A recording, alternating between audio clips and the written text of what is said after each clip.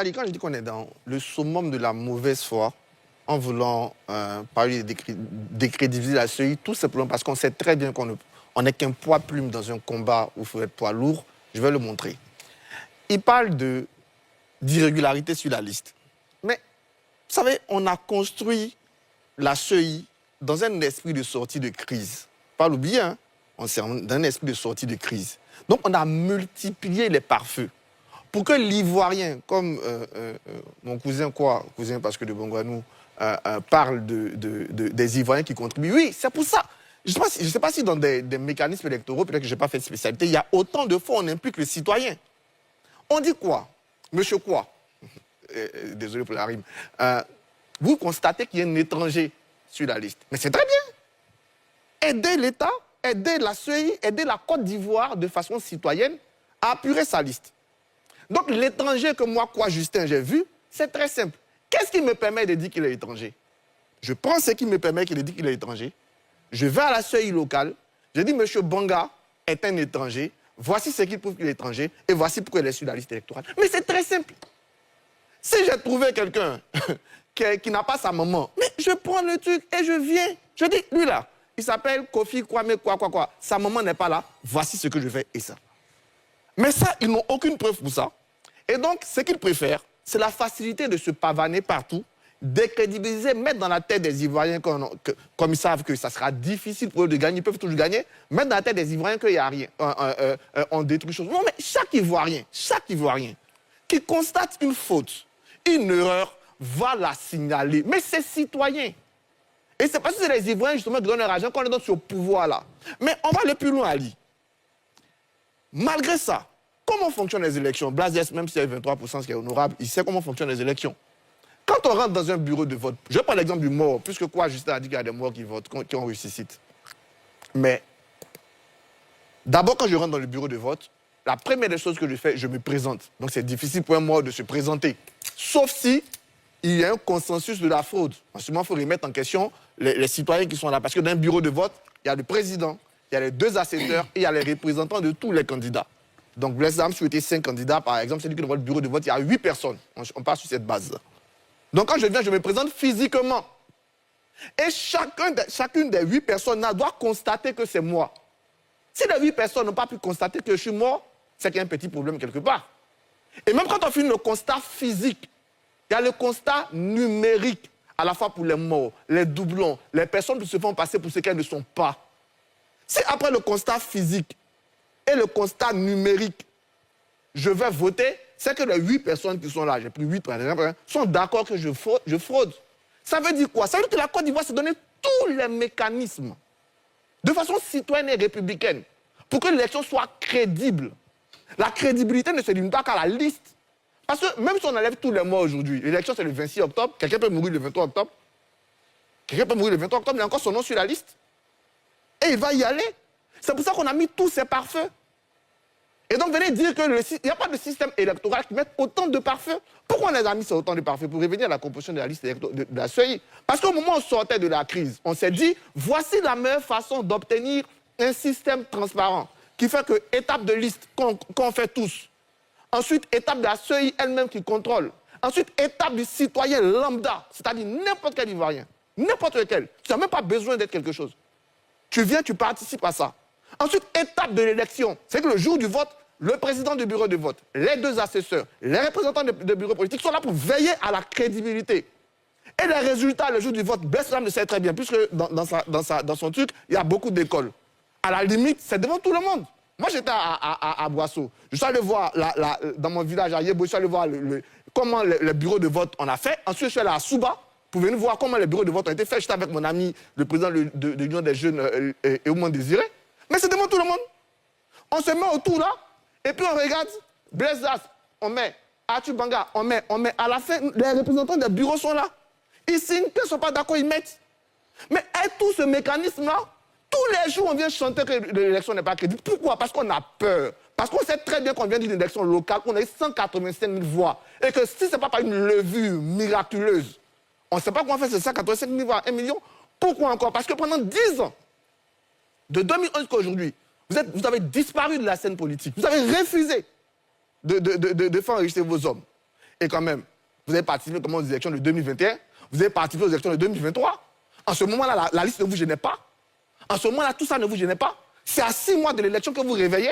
Pourquoi? Parce que vous ne voulez pas qu'on va organiser ces élections-là. Et dans la paix, parce que les Ivoiriens sont fatigués de vos discours de chaos, de revanche, de 6,9, ça n'effraie personne. Ce pays-là, c'est un pays de paix. On ira dans une paix positive. Parce qu'on demande à tous les Ivoiriens de participer. Vos chantages ne toucheront personne. La CEI est construite pour que tout Ivoirien participe dans sa crédibilité. Très bien. Ali, Très bien, s'il vous plaît. Non, je termine, monsieur. Vous avez s'il vous plaît, rendez-moi la tâche facile, monsieur. Professeur Banga, vous avez une minute. Je termine sur l'exclusion. Voici quelqu'un qui réclame qu'on applique la loi et qu'on décide de l'appliquer, s'étonne. Mais de toute façon, Laurent Gbagbo nous disait tous les jours qu'il était l'enfant des élections, non? L'élection à laquelle il a participé avec qui là-bas? Il s'est retrouvé comme un gars contre Guy Robert qui n'avait que 3-4 mois de politique. Mais ça n'a pas empêché d'être président, de venir chanter tous les jours qu'il est l'enfant des élections. On se calme. Alors, vous l'avez fait. C'était pas... Parce qu'on appliquait la loi. Donc quand on applique la loi, que ça vous exclut, c'est mauvais. Mais quand on applique la loi, que ça exclut les autres, vous êtes les enfants des élections. C'est comme les élections. Quand les élections qui gagnent, c'est crédible. Quand vous perdez, c'est pas comme sauf que tout le temps vous perdez. La seule élection que vous avez gagnée, c'était l'élection de 2000. Après, vous avez perdu tout le temps. Donc les autres ne sont pas crédibles. Si vous gagnez demain, ça sera. La crédibilité ne se joue pas en fonction des résultats du PPACI. La crédibilité, tous les Ivoiriens doivent y contribuer et ils ont le moyen, les mécanismes d'y contribuer. Vous n'allez pas les tromper. On vous a compris, professeur Banga. Alors, je vous prends tout à l'heure. Je vous prends tout à l'heure. Ne vous inquiétez pas. Maître Ouraga, ce sera votre tour de parole. Ne vous inquiétez pas. Monsieur Daniel, il y a un de nos téléspectateurs qui nous appelle, qui est en ligne depuis un moment. Monsieur Daniel, bonsoir. Bonsoir, monsieur Ali Koulibaly. Monsieur Diarra-Souba, s'il vous plaît. Monsieur Ali Diarra-Souba, ne changez pas mon patronyme en Mondovision comme ça devant ces millions de personnes qui nous suivent. Je suis désolé, Alors, c'est monsieur Daniel comment déjà? Touré. Daniel Touré, bonsoir et bienvenue. Merci. Très rapidement pour votre point de vue. Alors, merci beaucoup Ali. Je voulais saluer l'ensemble des participants au débat. Laissez les salutations. Votre point de vue, c'est ce qui nous intéresse. Allez-y. Voilà. Alors, je vais aller directement. Moi, je pense que quand on analyse la situation, aujourd'hui, on a entendu un député du PDCI, notamment Maître Blessy, dire qu'il y a plus de 2 millions de personnes qui ne devaient pas être sur la liste électorale. Également, quand on a évolué, le FPI qui aurait fait une audit et qui a fait ressortir 6 millions, et les Ivoiriens ont entendu tous ces chiffres.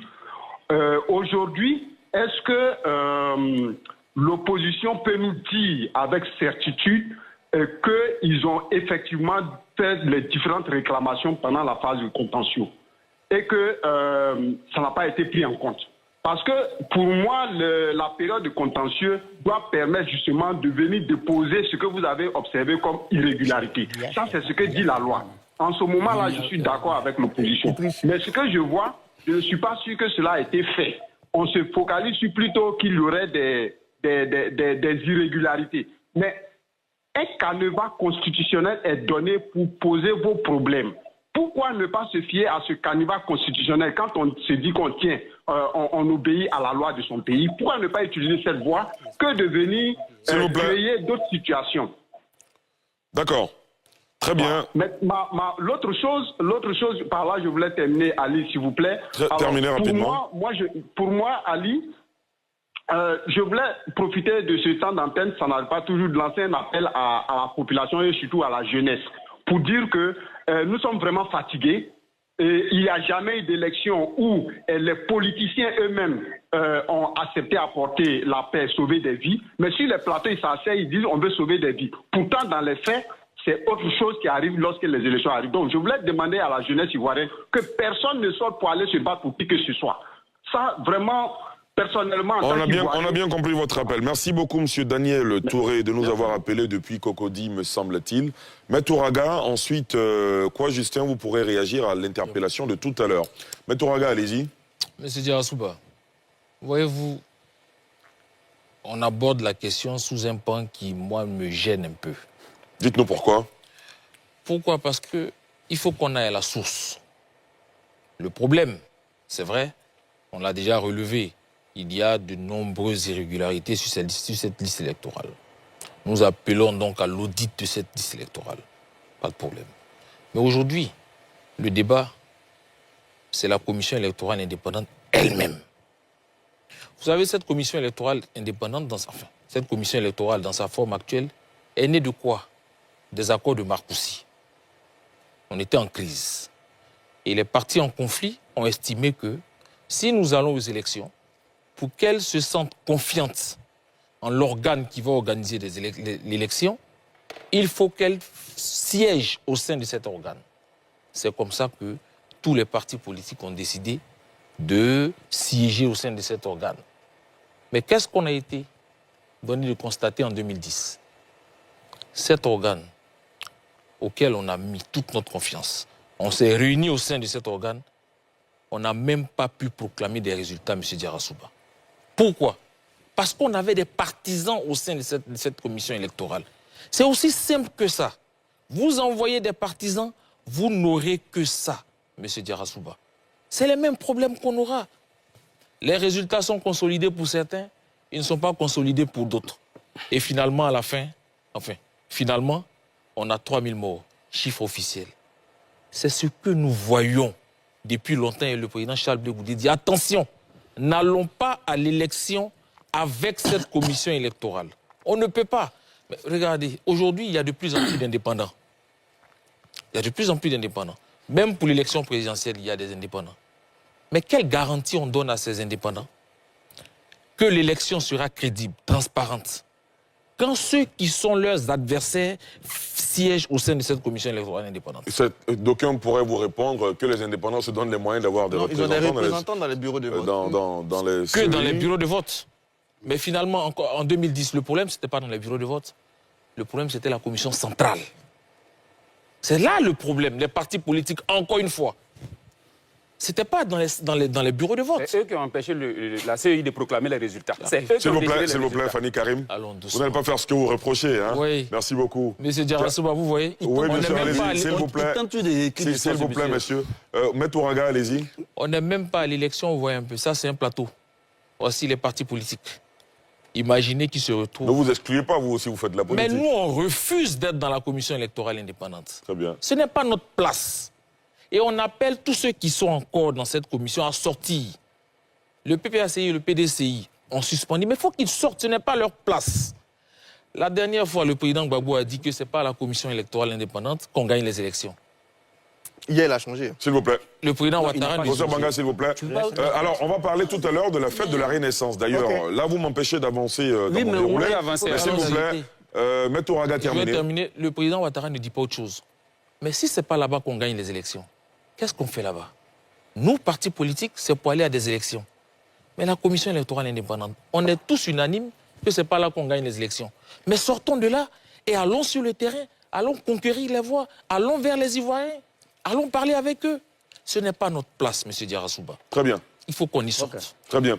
Alors, plusieurs milliers de militants du PPACI, votre parti, Blaise Lasme, Justin, se sont donné rendez-vous hier à Dabou, hier samedi 12 avril, à l'occasion de la fête de la Renaissance de ce parti créé en 2021 par l'ex-président Laurent Gbagbo. La candidature de celui-ci à la prochaine présidentielle, l'impartialité de la CEI, on en a longuement parlé dans la première partie de cette émission, et le retrait du PPACI, du PDCI, RDA, des activités de cette instance ont marqué les points forts développés au cours de ce meeting. On va en parler de fond en comble, ce sera juste après cette courte pause. Je vous le disais tout à l'heure, des milliers de militants du PPACI se sont donné rendez-vous à Dabou hier samedi 12 avril à l'occasion de la fête de la Renaissance de ce parti créé en 2021 par l'ex-président ivoirien Laurent Gbagbo. La candidature de l'ex-président ivoirien à la prochaine présidentielle, l'impartialité de la CEI et le retrait de certains partis des activités de cette instance ont marqué les points forts développés au cours de ce meeting. On reviendra sur cet événement avec le président du comité d'organisation locale, Blaise Lasme, qui est avec nous sur ce plateau. Ce sera après ce sujet de Nadia Edja et Tanguy Conan. Samedi 12 avril 2025, la ville de Dabou, dans le Lébouto, a été prise d'assaut à l'appel du premier responsable du PPACI, le Parti des peuples africains Côte d'Ivoire, de l'ex-président de la République, Laurent Gbagbo. Face aux militants de son parti, il s'est voulu rassurant quant à sa participation à l'élection d'octobre prochain. Nous allons aller aux élections, hein? Nous allons aller aux élections.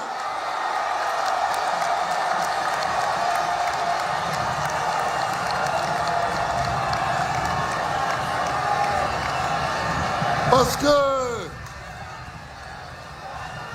ceux qui croient que bon, on va les fatiguer et puis ils vont se fâcher pour dire on ne va pas aux élections. Là. Et allez leur dire qu'ils se trompent. Le président du PPACI est revenu au cours de ce grand rendez-vous de son parti sur la nécessité de l'impartialité de la CEI, la Commission électorale indépendante, d'où la décision de son parti de suspendre ses activités au sein de l'institution électorale. Comme nous voyons que la CEI boite, nous avons pris une première mesure, c'est de retirer de la CEI notre camarade qui nous représentait. Nous allons continuer à nous battre pour avoir une vraie commission électorale. Je combats un système global.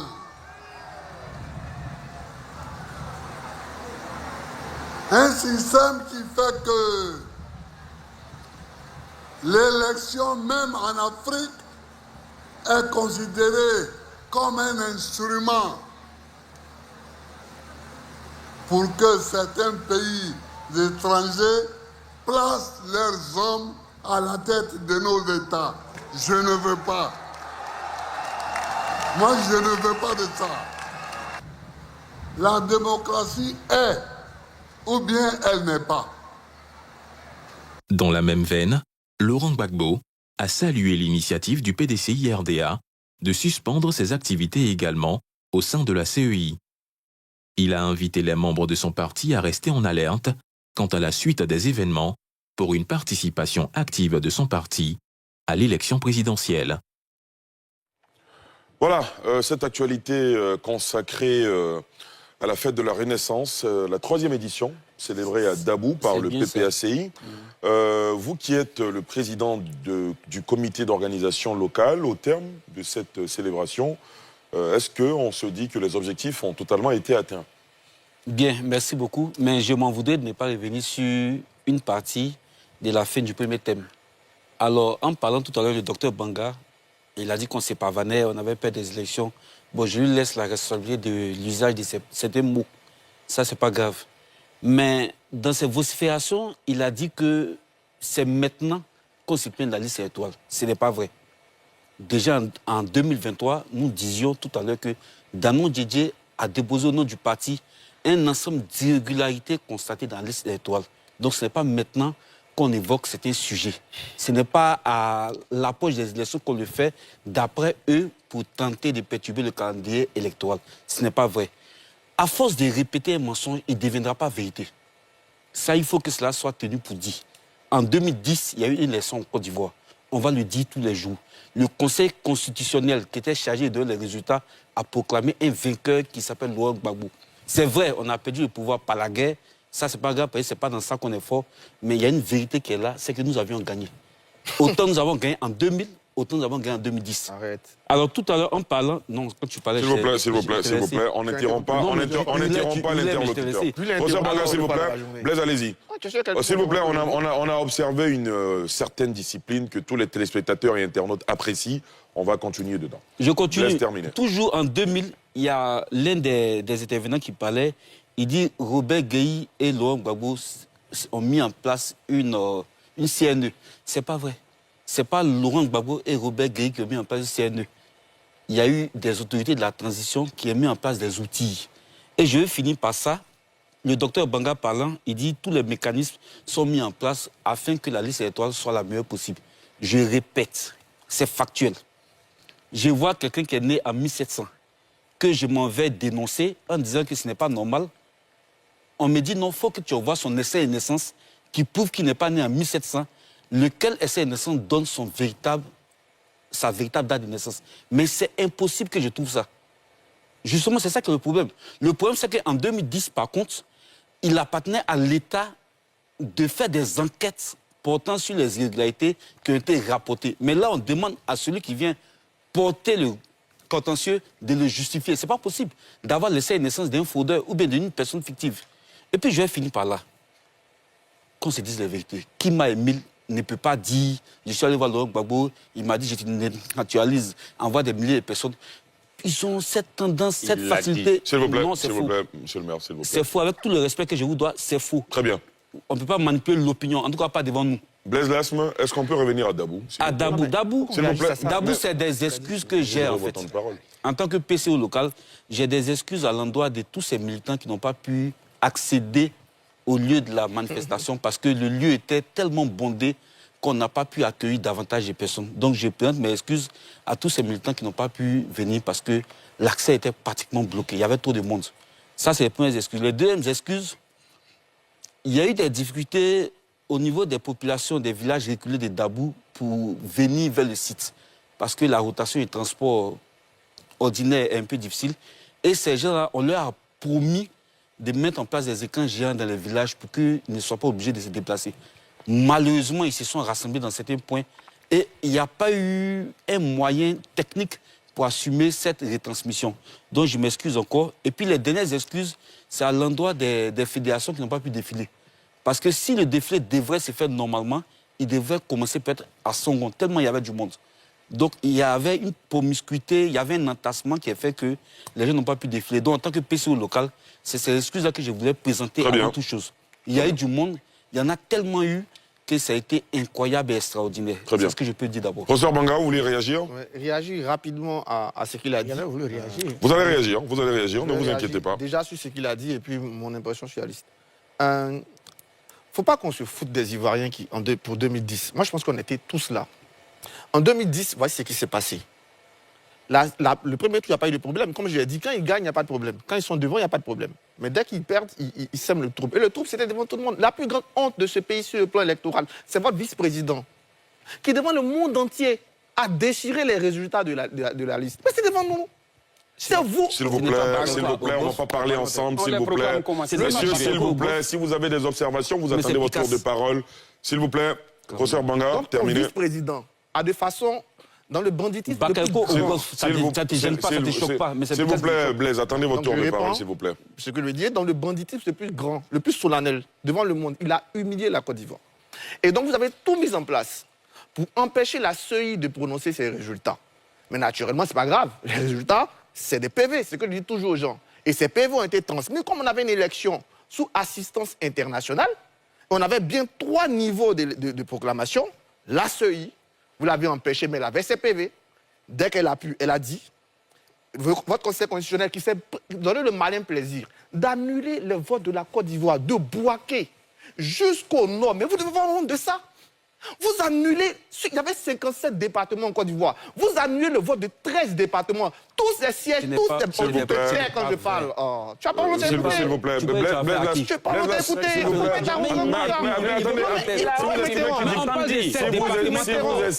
Si vous estimez qu'il dit pas... S'il vous plaît. Je parlais maintenant. S'il vous plaît. Messieurs, on est en train de perdre des minutes précieuses. Donc laissez-moi vous dire. Terminé. Vous n'avez pas honte d'avoir le tiers des départements. S'il vous plaît, Blaise Lasme, s'il vous plaît. Mais tantôt 13, tantôt 7. S'il vous plaît. Vous avez humilié 13 des 57 départements, commençant par Bouaké, jusqu'en haut là-bas. Vous annulez tous ceux-là qui sont des bastions de l'opposition. Et vous n'avez même pas honte de venir dire qu'on a annulé le vote d'Ivoiriens, qui sont levés le matin, qui sont allés voter. Vous n'avez pas honte de ça? Non, vous devez avoir honte de ça. Quand ceux-là, ce n'est pas des Ivoiriens, qu'on les méprise de cette façon-là. On ne peut pas venir se gars ici, sur un plateau, et se moquer de ça. Heureusement qu'on avait la communauté internationale. On se calme un peu. Comme on savait tous vos manigances, on a prévu, on a confié à l'ONU de certifier l'élection. Et l'ONU, loin des pressions, loin de votre ami, parce que Laurent Gbagbo a dit devant tout le monde, il a nommé son ami pour qu'il fasse un travail d'ami. Ce même ami est venu dire qu'il était possédé par le diable. Heureusement qu'il y avait l'ONU pour le délivrer. S'il vous plaît. L'ONU l'a délivré, elle a prononcé les vrais résultats dans lesquels vous avez été battus. Et ce n'est pas la première fois que vous avez battu le FPI.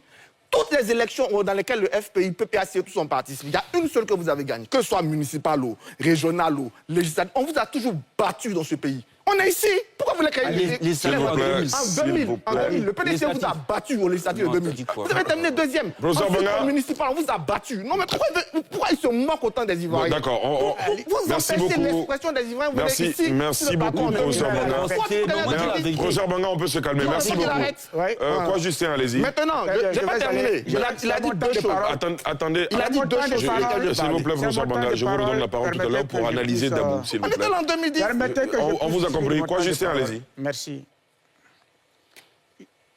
Ali, les domestiques reproduisent mot pour mot ce que leurs maîtres leur disent. Et ils se comportent comme des domestiques. Quoi, Justin? J'arrive. Non, quoi, Justin, non, s'il vous plaît. J'ai pas dit qu'ils sont des domestiques. J'ai dit qu'ils ne sont pas des domestiques, et ils se comportent comme des domestiques. Mais écoutez-moi. Si vous envoyez domestique, que les autres vous envoient des termes... Non, s'il vous plaît. S'il vous plaît, messieurs, ce qui intéresse... S'il vous plaît. Alors, ils sont près de 14 000 personnes qui nous suivent dans le live YouTube. Ils sont un peu plus de 12 000 qui nous suivent dans le live Facebook. Ceux-là, ils veulent avoir une confrontation d'idées et d'arguments. Arrêtons avec les pics et les attaques, s'il vous plaît. Je ne reviens pas sur les propos d'Arthur. Je pense qu'il n'est pas à l'aise avec ses propres propos. Il est dit beaucoup avec colère. Monsieur, on est en train de perdre du temps sur... Alors, Dabou, allons dans les enjeux de Dabou. Je voulais dire, M. Fani a dit un élément que je voulais lever. Il a parlé de Kirma Emile, qui aurait déposé des milliers des documents naturels chez le président Gbagbo Laurent. Kirma Emile, si je m'entends à ses propos, a respecté la procédure en déposant des documents à l'effet d'avoir des naturalisations. Ici, il a complété pour dire sans s'il vous plaît, monsieur le maire, le RHDP ne naturalise pas conformément aux procédures en vigueur. Le RHDP distribue la nationalité ivoirienne de façon frauduleuse, comme des amuse-gueules. Vous voulez qu'on vous le dise? On va vous le dire.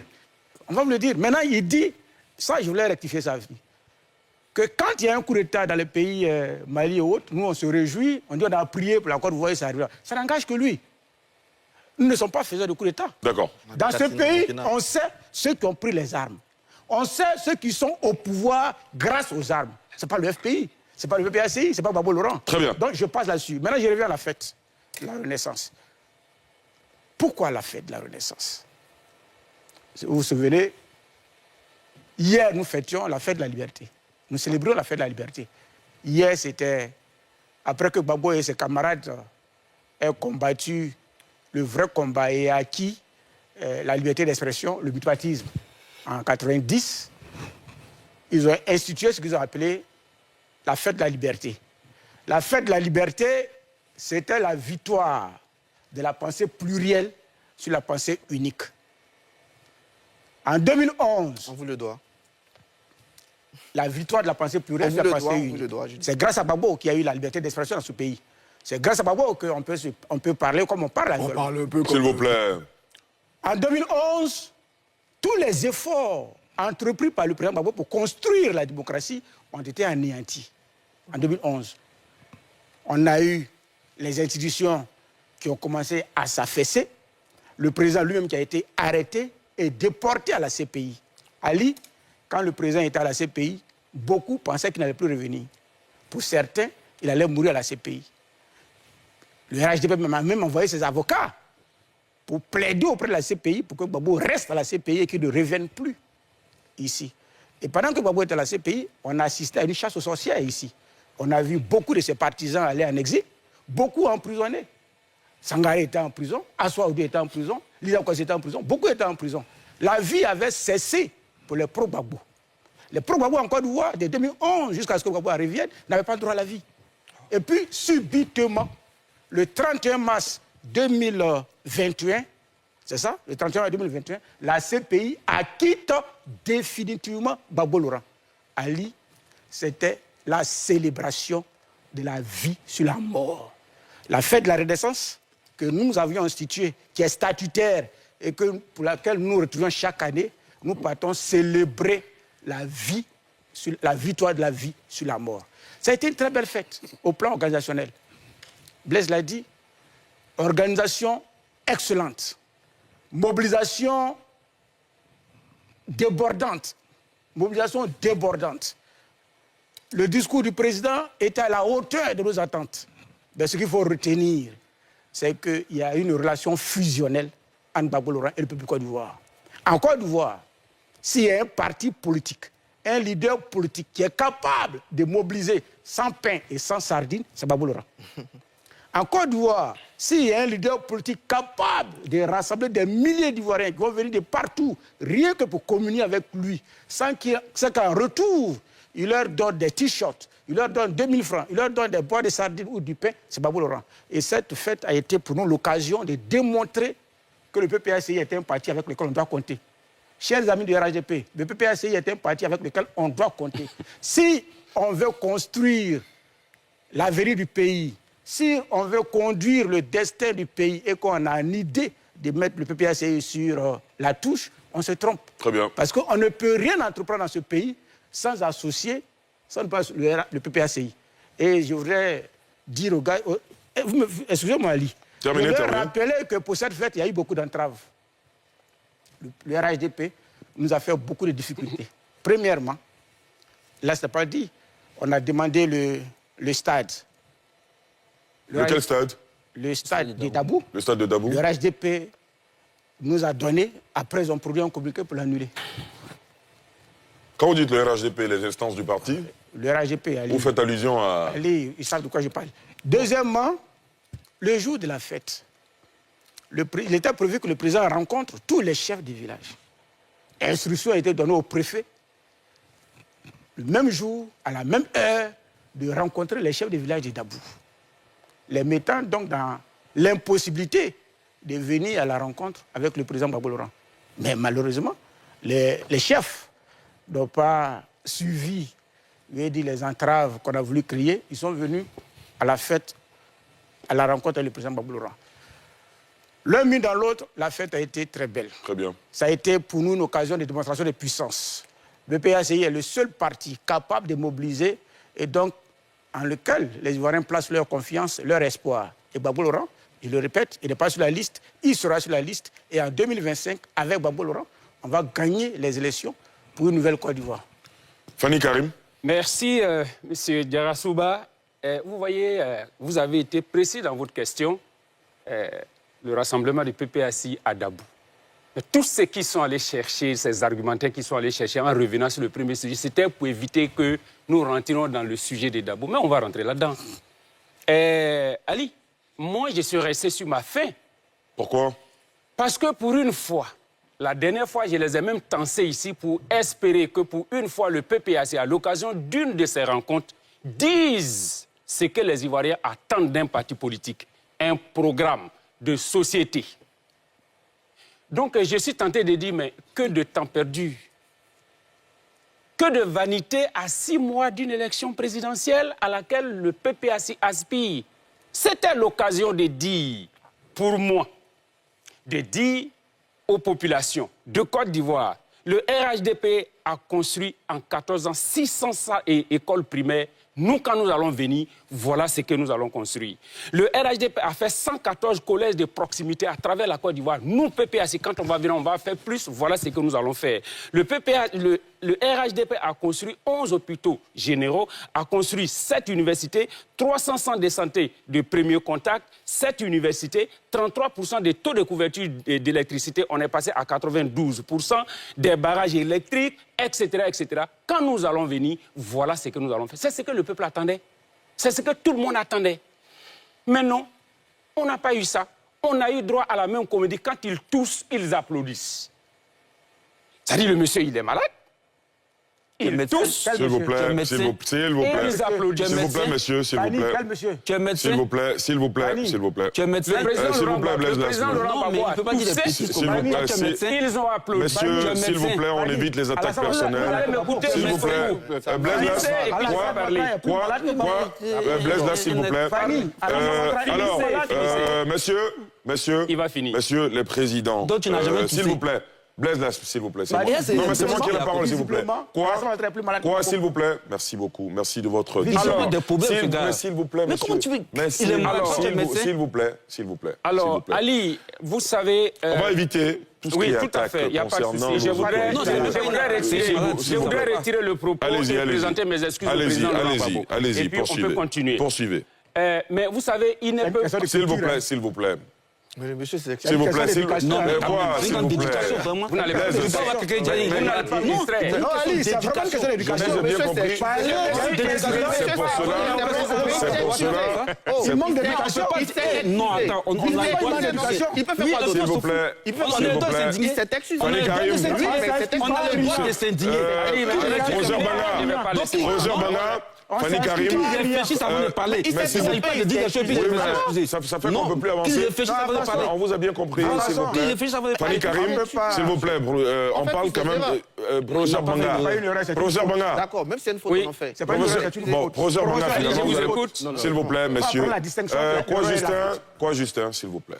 Le monsieur, c'est Quand on parle du président de la République ou des anciens présidents de la République de Côte d'Ivoire, on doit faire très attention. C'est ça. Respect. Je suis heureux que vous ayez retiré votre mot. Et je me suis excusé. Et si vous pouvez réitérer vos excuses. Je répète que je suis désolé d'avoir dit cela. Je ne le répéterai pas. Très bien. Et donc, je reviens pour dire, au moment où on attendait que le PPAC nous dise qu'est-ce qu'ils vont faire, ne serait-ce qu'une petite lueur là-dessus, on n'a pas ça, mais c'est normal.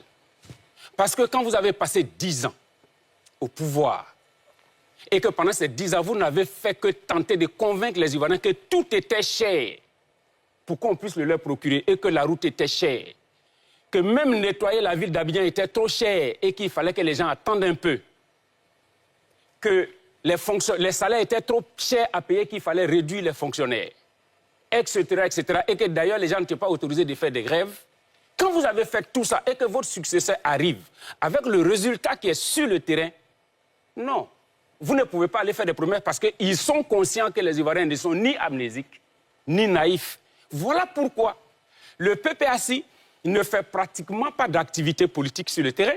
Ils attendent à chaque fois de trouver une occasion quelque part ici où ils sont tous assis derrière le président Laurent Gbagbo qui dit des choses et puis tout le monde applaudit. Mais ce n'est pas ce que les Ivoiriens attendent.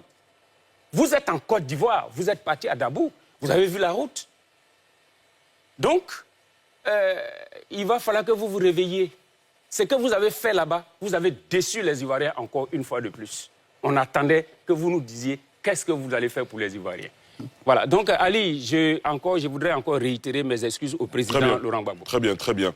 Nzi Kokora. Écoutez, j'ai vraiment entendu tellement d'hérésies que je vous voudrais de ne pas revenir sur ces choses. Mais aussi, je pense que nos amis du PPACI doivent avoir le langage qu'il faut quand ils s'adressent à leurs co-débatteurs. On n'a pas besoin, ce n'est pas nécessaire de s'attaquer tout le temps. Traiter les gens de domestiques, d'ignorants. Ça a été retiré. De fantasmes, d'ignorants, de domestiques. Bon, ça ne me surprend pas, vous êtes de l'école du président Laurent Gbagbo. Alors, je vais revenir sur un certain nombre de choses qui ont été dites en disant que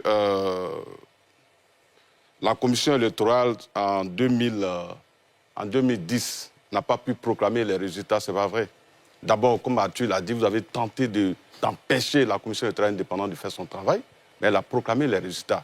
Mais mieux, ce n'est pas la commission électorale indépendante qui a créé la crise. C'est bien M. Yao Paul Ndré qui a été envoûté par le diable et qui a coupé, comme il a dit, 13 départements dans le bastion de son adversaire. C'est comme si, Ali, on coupait aux États-Unis, c'est-à-dire New York, Californie, donc qui sont les bases donc, des démocrates, et le républicain, le candidat républicain, il se proclame vainqueur. Vous trouvez ça normal? Et vous êtes assis là, vous êtes heureux avec ça. C'est sur la base de quelle loi M. Yao Paul Ndré a sectionné une partie importante donc, des résultats pour proclamer M. Laurent Gbagbo vainqueur? Mais visiblement, il a été envoûté par le diable. Et ça, je le comprends.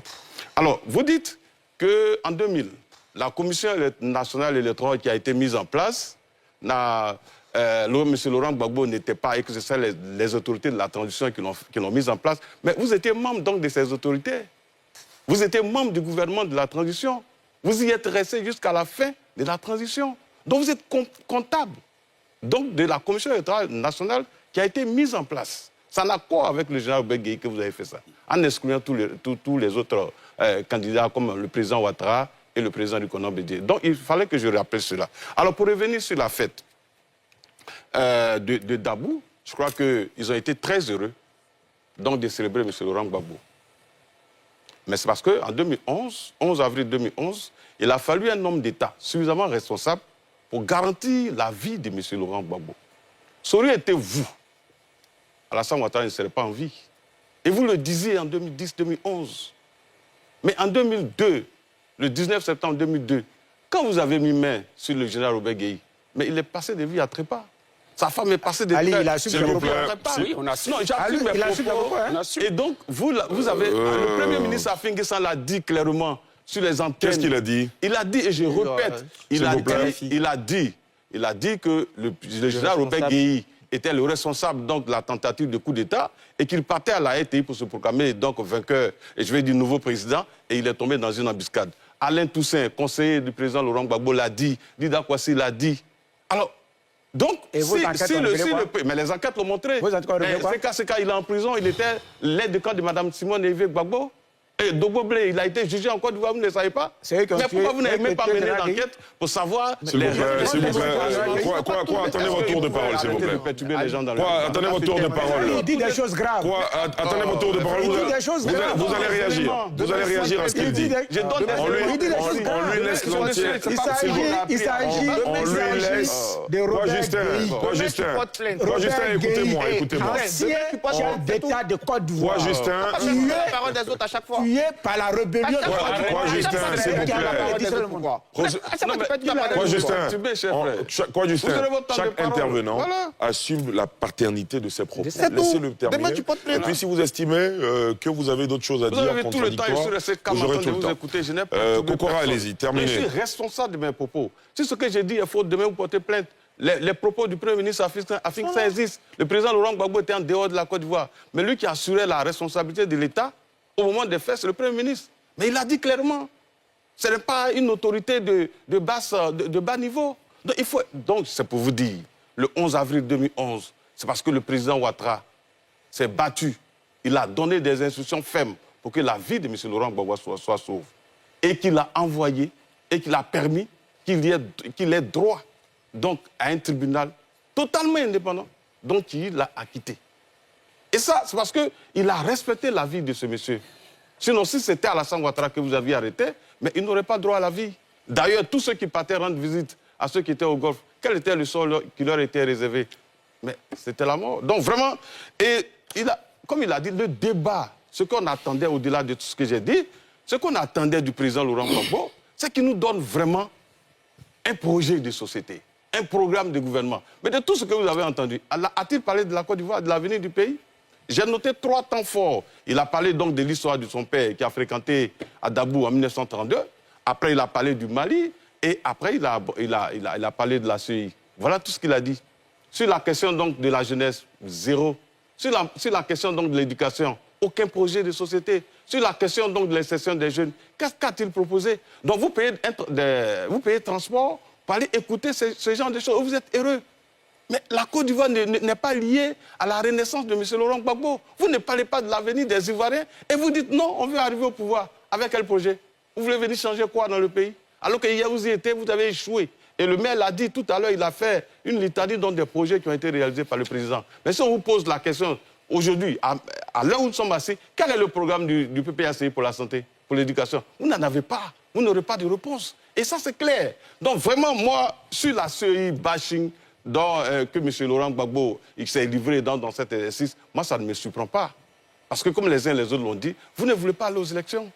Tout votre comportement, donc, je vais dire, va dans ce sens. Et c'est ce qu'il a fait. Mais vraiment, je voudrais simplement dire, il faudrait que le PPACI comprenne que la Côte d'Ivoire ne peut pas retourner en arrière. Nous voulons avancer.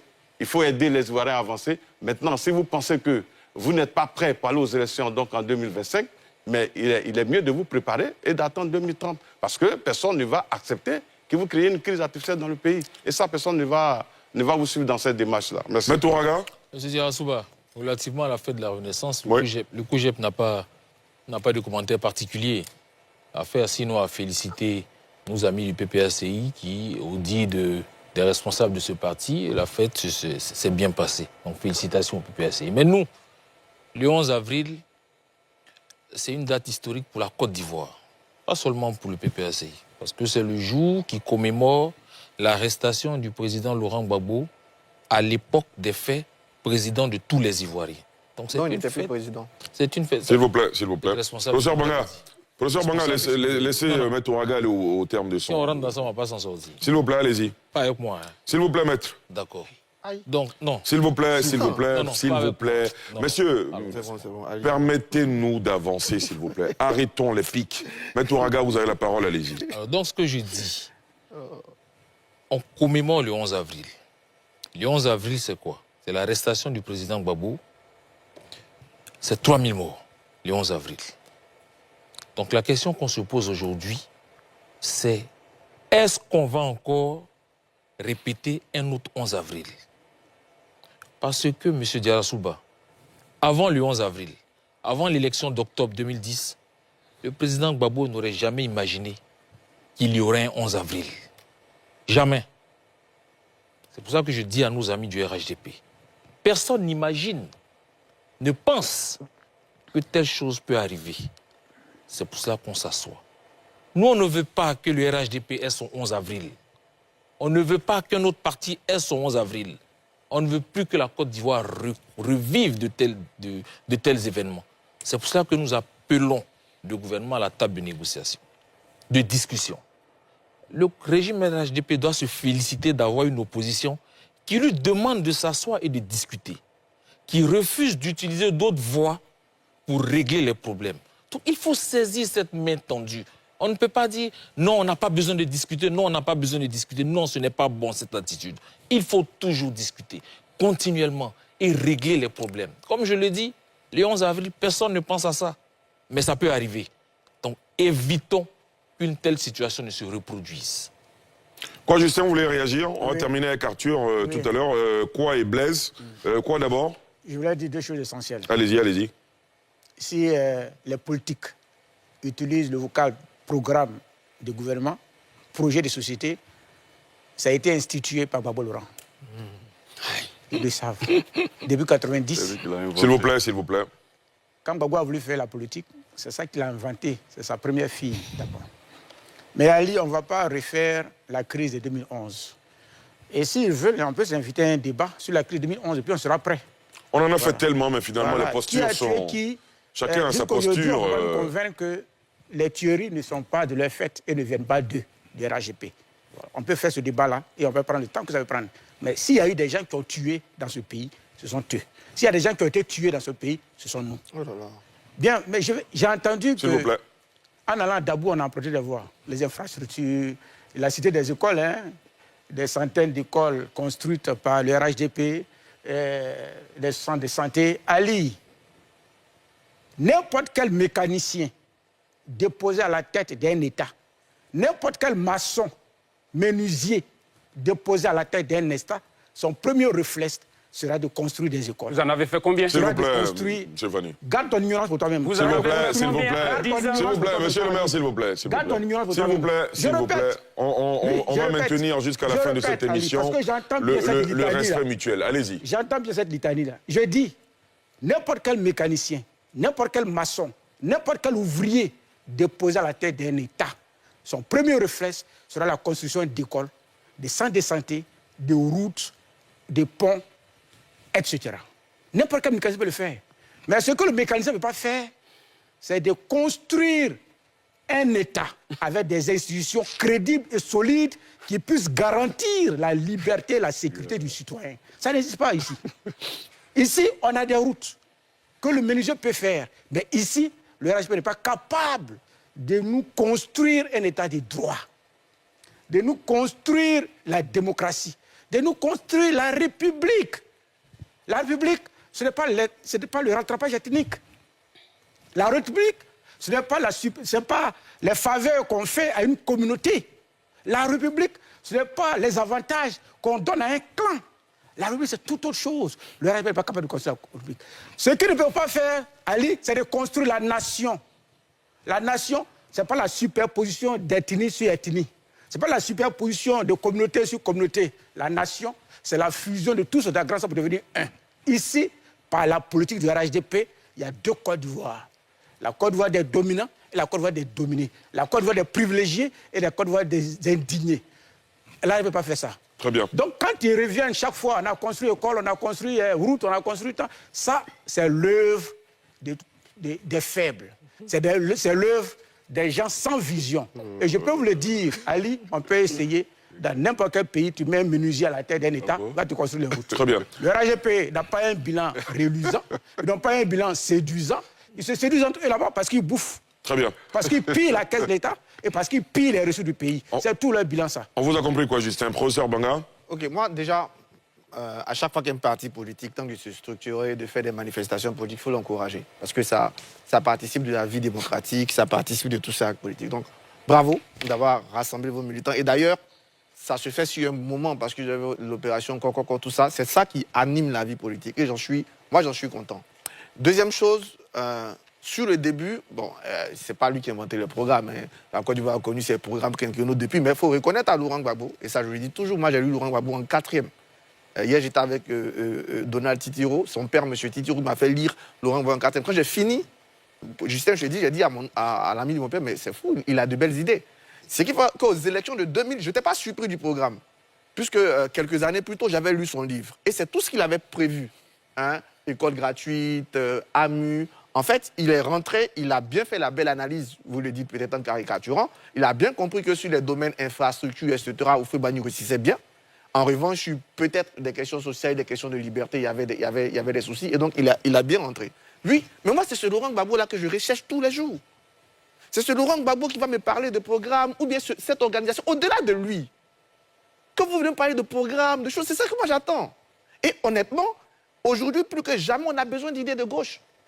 Dans un monde où il y a tant d'inégalités, dans un monde où l'écologie est menacée, oui, c'est le monde où on doit avoir des idées de gauche. Malheureusement, vous qui incarnez la gauche en Côte d'Ivoire, on ne vous entend pas sur ces sujets. On ne vous entend pas. Malheureusement. Malheureusement. Jusqu'à c'est un homme libéral de droite qui vient poser des questions d'espérance de vie, qui vient poser des questions d'IDH. C'est vrai qu'il y a des réponses, mais déjà le fait que ce soit lui qui le fait, c'est parce que la gauche est en panne. La gauche ne fait plus rêver en Côte d'Ivoire. Parce que vous avez abandonné ce qui fait votre force. La force de la gauche, c'est ça.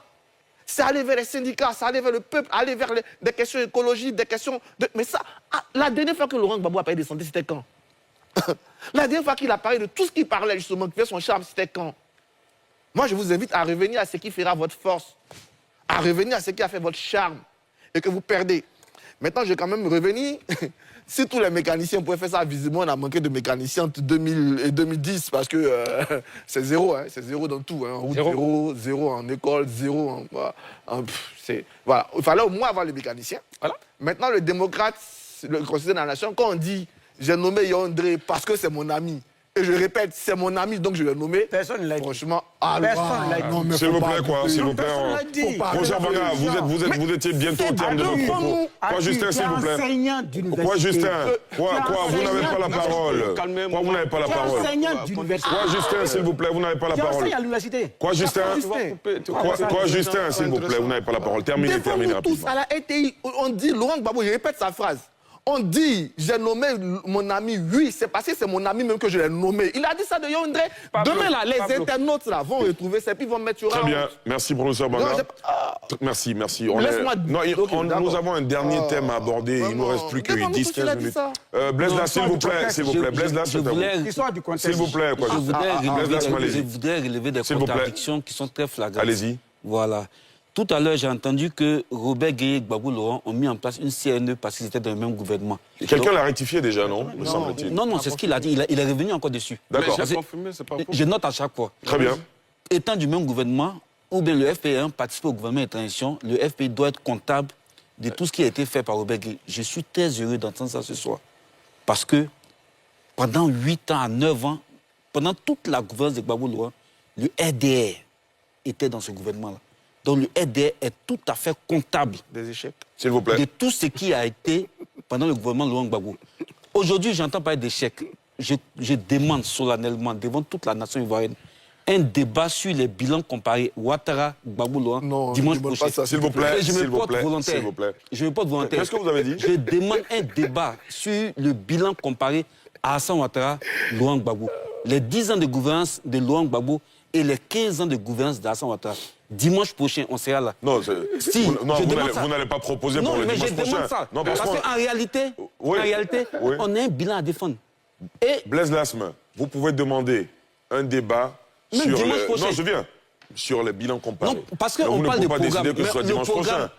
À quel moment on parle du programme? On note. C'est avec des élections. On note votre désir de voir un débat se tenir. On parle de programme, on parle de projet de société pour donner sa vision globale de la société. Et nous, on a déjà fait, au niveau du PPACI, on a réactualisé notre projet de société qu'on a mis à la disposition de l'opinion. Le programme de gouvernement, on a déjà tracé les 10 piliers. Maintenant, ça s'affine et ça se diffuse à la veille des élections. Ça sert à quoi de nous faire sortir aujourd'hui un programme et puis ils vont tricher comme en 2010. Allez. Mais oui, c'est ce qu'ils ont fait. Non, je reviens. Allez-y. Je reviens et c'est très important. Allez-y, Blaise. Il dit non, partant, on a pris la route. Mais la route de Dabou existe depuis longtemps. C'est pas une nouvelle route. Dabou, on est toujours passé sur des bitumes. On n'est pas passé sur des chemins broussailleux. Sous Gbagbo, avant Gbagbo, il y a toujours eu un bitume qui prend d'Abidjan jusqu'à même à Bouaké en passant par Dabou. Donc, il ne faudrait pas qu'ils pensent que notre pays existe depuis 2011. Et puis, je vais encore aller plus loin dans leur contre-vérité. Gbagbo n'a jamais proposé de réduire des fonctionnaires. Jamais. Oh là là. Gbagbo n'a jamais proposé de réduire des fonctionnaires. Jamais. Au contraire, et ça, je mets quiconque au défi. Gbagbo recrutait des milliers de fonctionnaires par an. Très bien. Maintenant, j'insiste, il faut un débat sur la gouvernance de Gbagbo Loa. Combien d'écoles il a faites? Combien d'hôpitaux il a fait? Combien de routes Gbagbo a fait? Routes. Ça existe. Et puis on va en parler. Avec s'il vous plaît, monsieur. Non, mais vous pouvez rire, ça une mauvaise éducation. Blaise Lasme, je vous promets oui, il faut que ce sujet-là sera mis à l'ordre du jour et on vous contactera évidemment pour faire le débat. Et puis, non, il n'y a aucun problème. Je vais finir aussi par un fait qui est très important, fondamental. Avec 35 000 milliards de dettes, on aurait travaillé sur le pouvoir d'achat des Ivoiriens. On aurait mis en place des industries. On aurait changé qualitativement la Côte d'Ivoire. Ce qu'on voit là, c'est de la peinture, c'est du surplace. C'est un échec total. Et c'est pour ça qu'ils ont peur de mettre le nom de Gbagbo Loa sur la liste étoile. Parce qu'au moment des élections, les problématiques seront posées. Aujourd'hui, j'entends certains dire qu'on a abandonné les idées de gauche. Non. Gbagbo Loa, hier, il a parlé des enseignants en grève. Il a apporté son soutien aux enseignants en grève. Laurent Gbagbo combat tous les jours pour que les libertés individuelles soient préservées. Laurent Gbagbo, dès qu'il est arrivé, il est toujours en train de parler de la nécessité de déplacer la capitale à Hamsoko. Il parle, mais vous n'écoutez pas. Parce que vous êtes dans des chapelles où vous entendez ce que vous voulez. 10 ans n'ont pas suffi pour ça. S'il vous plaît, monsieur le maire, s'il vous plaît. Merci beaucoup, Blaise Lasme. S'il vous plaît, monsieur, s'il vous plaît. Alors, on l'a annoncé, pour le respect de nos téléspectateurs et internautes, on est obligé quand même d'évoquer le sujet. Quitte à revenir là-dessus la semaine prochaine. On a évoqué cette vague d'adhésion de cadres de partis politiques de l'opposition à RHDP, notamment après Konété-Four, Jean-Yves Sisseso, Aka Anonjo et un autre, dont l'arrivée au sein du parti présidentiel a fait l'objet de cérémonies officielles. Je vous propose de voir rapidement ce sujet de la rédaction. On en parle juste après. Convaincu de la gouvernance du président Alassane Ouattara et de l'impact de ses projets de développement sur la Côte d'Ivoire, les membres du parti Nouvelle Côte d'Ivoire posent leurs valises au RHDP. Une décision longuement mûrie par ces désormais militants du RHDP. Nous avons l'assurance, la sérénité, la garantie d'un pays stable, les actions concrètes de développement, un pays au travail, le progrès à tous les niveaux. Pour toutes ces raisons, nous avons décidé d'opter pour le RHDP, c'est-à-dire d'adhérer totalement à la politique de développement du président Alassane Ouattara. Cette adhésion a été saluée par le président de l'association des cadres du Centre pour le RHDP, qui avait à ses côtés, pour accueillir ces nouveaux militants du RHDP, le président du conseil régional du Béquet. Nous sommes fiers de vous et nous sommes oufouettistes. Nous sommes des oufouettistes et le premier des oufouettistes, c'est le président Alassane Ouattara. L'oufouettisme, c'est vraiment la paix. Parce que s'il n'y a pas la paix, comment est-ce que le pays peut se développer? Et vous, de la Nouvelle-Côte d'Ivoire, vous avez décidé de venir au RHDP, comme vous-même vous l'avez dit. Merci pour avoir fait ce choix qui est le meilleur choix. Être avec Ado, c'est sûr que notre pays va continuer à se développer dans la paix. L'arrivée des membres du NCI au sein du RHDP n'est pas un cas isolé. Jean-Yves Essy, ancien membre du bureau du PDCI RDA, connaît Teffour, ex-proche de Guillaume Soro, et bien d'autres cadres des partis de l'opposition ont récemment fait allégeance au parti au pouvoir. Kokoranzi, que vous inspire ce mercato au sein de votre parti? Écoutez, ça montre la vitalité du RHDP, la dynamique donc, que le président a installée au sein donc, du parti. Donc le parti attire aujourd'hui beaucoup d'Ivoiriens qui adhèrent au RHDP. Ça montre que le président Ouattara, depuis 15 ans, a transformé totalement la Côte d'Ivoire. Et je crois que les uns et les autres ont tenté de parler du bilan du président Ouattara, en essayant donc de le comparer à celui du président Laurent Gbagbo. Ce serait vraiment une injure. Parce que quand nous parlons du bilan du président Ouattara, mais on le compare aux 51 ans de gouvernance. Le maire l'a dit, quand nous arrivons au pouvoir, le taux de couverture en énergie, mais elle était de 33%. Elle est passée aujourd'hui à 92%. Vous prenez le budget quand vous partez du pouvoir, on était à combien? 2400 milliards. Aujourd'hui, nous sommes à 15 339,2 milliards. Aucun pays africain n'a réussi cela. Le PIB, c'était de 12 000 milliards. Aujourd'hui, nous sommes passés à plus de 50 000 milliards. En 2010, le dernier budget, le Cameroun nous dépassait. On était un peu à égalité avec le Sénégal. Mais aujourd'hui, le budget de l'État de Côte d'Ivoire, c'est celui du Cameroun plus celui du Sénégal. S'il vous plaît, donc c'est pour dire que... Vous attendez votre tour de parole. Juste après lui, je vous donne la parole. Juste après lui. Pourquoi mépriser les gens? Non, je ne suis pas méprisé. Attendez votre temps de parole, s'il vous plaît. Pas dans un parlement de gauche. Kokora, allez-y, allez-y. Voilà, il faut qu'ils arrêtent de perturber les gens. Et de terminer, s'il vous plaît. Ce que je dis, il est factuel. Donc, et d'ailleurs, il ne pourrait même pas dire, en 10 ans, le président Laurent Gbagbo n'a même pas inauguré un hôpital général. Ça n'existe pas. Voilà. S'il vous plaît. Il n'a pas inauguré. S'il vous plaît, Blaise, je vous donne la parole juste après lui. Terminez. J'ai travaillé à Gagnoa. S'il vous plaît. J'étais au CHR de Gagnoa. S'il vous plaît, messieurs, ne parlez pas ensemble. Blaise Lasme, ne parlez pas en même temps que lui, s'il vous plaît. S'il vous plaît. C'est malheureux qu'on ait de ce type de... Allez-y. Voilà, non, peut-être que c'est ignorant, c'est pas grave. Soyez gentil, s'il vous plaît. Allez-y. C'est l'éducation que Gbagbo leur a donnée. Allez-y. Donc, ça ne m'étonne pas. Moi, je le dis, tous les Ivoiriens, je les prends à témoin. Moi, j'ai travaillé au CHR de Gagnoa. Laurent Gbagbo a commencé effectivement un hôpital général en 10 ans à Gagnoa, dans son village qui n'a pas terminé. Donc, dans son village? S'il vous plaît, s'il vous plaît. Voilà. Bongouanou, c'est ton village. Le village de Laurent Gbagbo, c'est Gagnoa. C'est son département. Vous ne le laissez pas. Donc, j'ai dit, il a commencé un hôpital général là-bas, qui n'a pas inauguré. C'est le président Ouattara qui est venu et qui a achevé l'hôpital. Il a commencé l'hôpital général d'Angré. Il ne l'a pas achevé. Il n'a inauguré aucune infrastructure dans notre pays. En dehors du Parlement des députés à Yamoussoukro, en dehors de ça, il n'a rien fait. Donc vraiment, en termes de bilan, je vais les mettre à l'aise. Je souhaite être à ce débat et on verra. Et c'est à ce jour-là que les Ivoiriens vont vous vomir. Parce qu'ils verront que vous n'avez rien fait. En dehors des déchets toxiques que vous avez distribués dans Abidjan, pour tuer une centaine de personnes, qu'est-ce qu'on retient de votre gouvernance? Donc, l'adhésion massive des Ivoiriens au RHDP démontre que c'est ce parti qui attire, qui est représenté sur l'ensemble du territoire. On va à des élections locales, le PPACI et le PDCI-RDA sont incapables de présenter des candidats sur l'ensemble du territoire. Vous avez présenté combien de candidats au Nord? Sur toute l'étendue du Nord, vous avez présenté combien de candidats? Zéro. Donc, des partis politiques qui n'existent que ici et là, de façon disséminée, vous ne pouvez pas dire que oui, on va parler du bilan du président Ouattara. Voilà, donc le RHDP, c'est un parti qui a un projet, qui va jusqu'en 2030. Je peux vous dire ici et maintenant ce que nous allons réaliser de 2026 à 2030. Nous allons construire 4 universités. De 2026 à 2030, nous allons passer à une transformation du cacao de 35% aujourd'hui à près de 60%. Vous avez transformé combien de fèves de cacao en Côte d'Ivoire? En dehors de l'usine, donc la vieille usine de Fiton, que vous avez tenté d'acheter des souverainistes, donc ils vont acheter une usine aux États-Unis.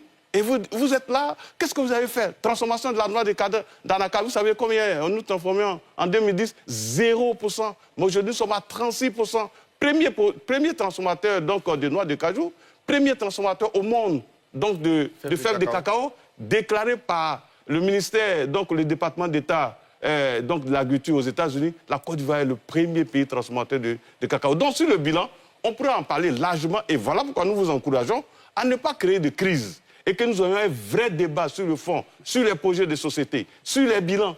Et on verra si vous allez tenir dans ce débat. Parce que les Ivoiriens touchent le bilan du président chaque jour, quand vous avez pris la route pour venir là. Mais c'est sur des ponts que vous êtes passés. Ça n'existait pas avant. Et même à lui, je termine, le plateau sur lequel nous sommes aujourd'hui, qui nous permet de nous exprimer, il n'existait pas avant. Ça, c'est Ouattara aussi. Non, c'est grâce à la dynamique. Mais pourquoi sous vous, ça n'a pas existé?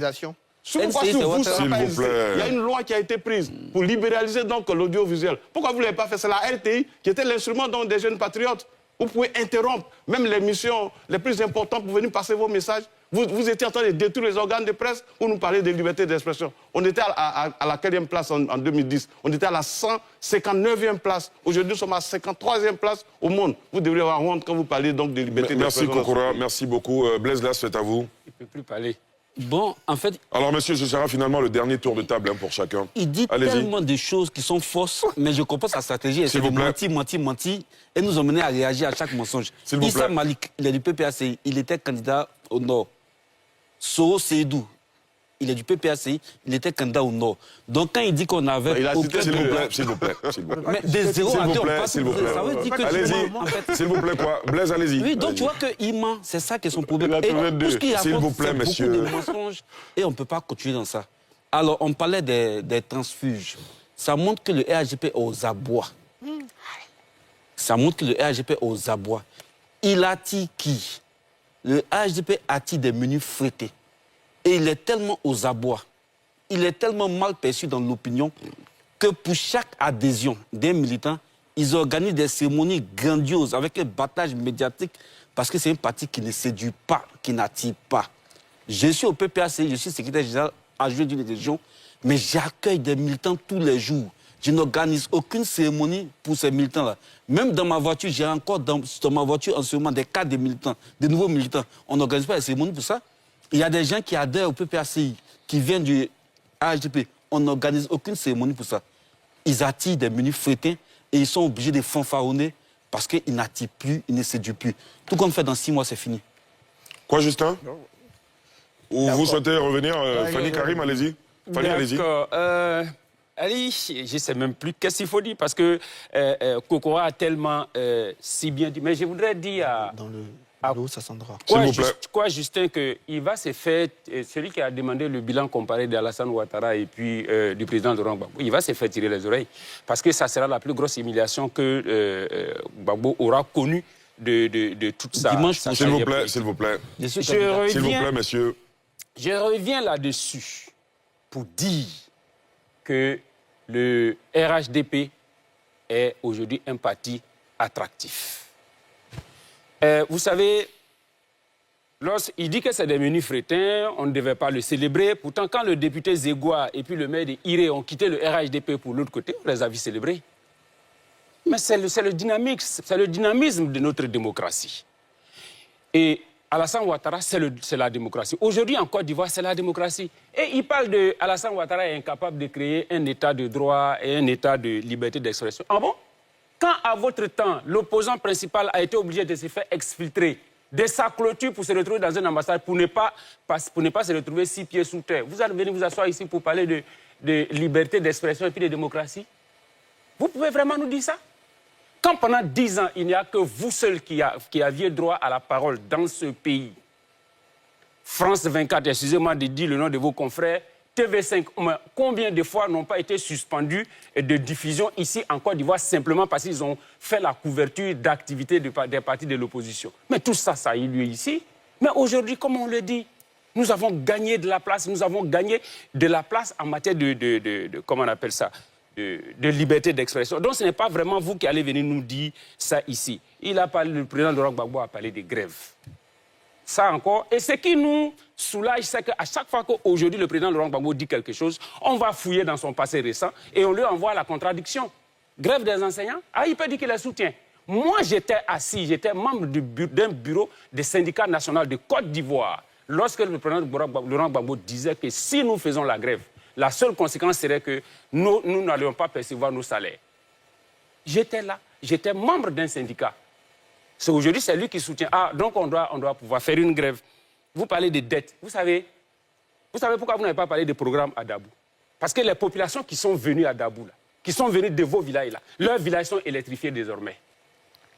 Ils ont de l'eau courante dans leur village.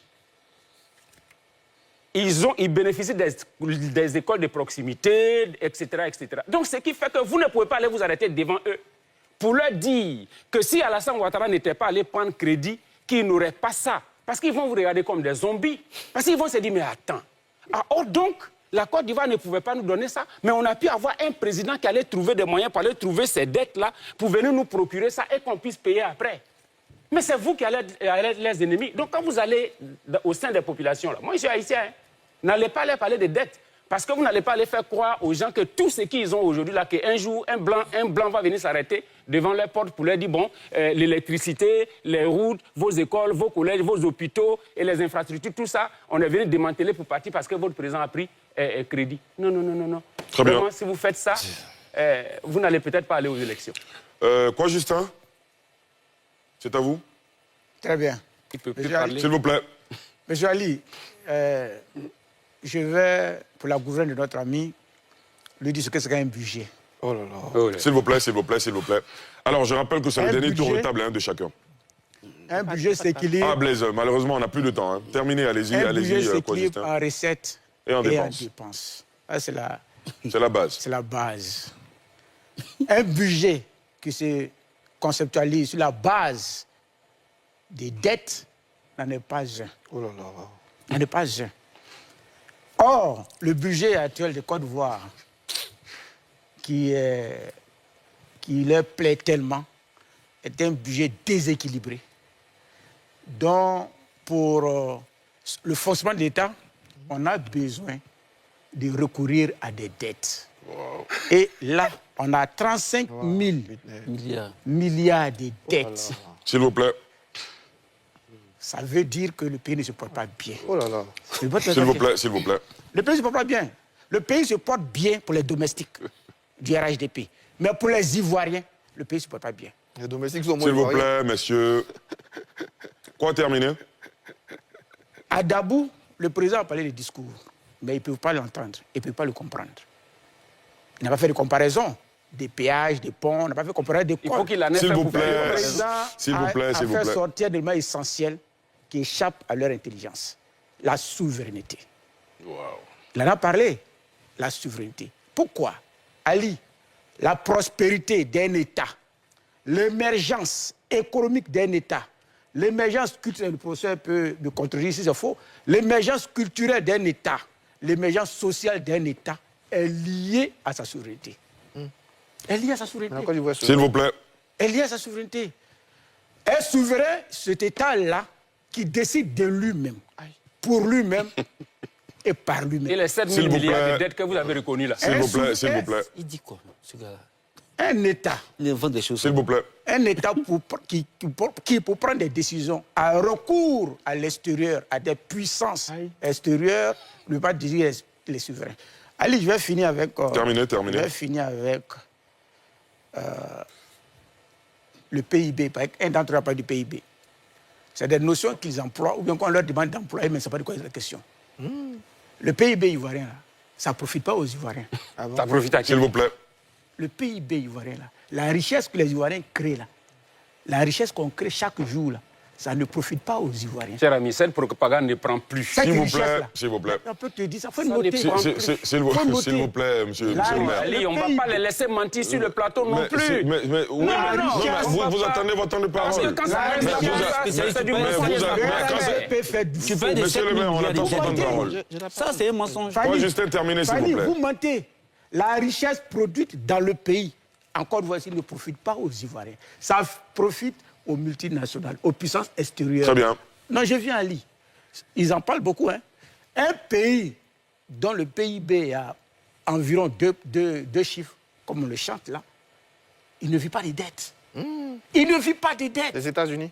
Il ne vit pas des dettes. En France. S'il vous plaît, monsieur, ne parlez pas ensemble.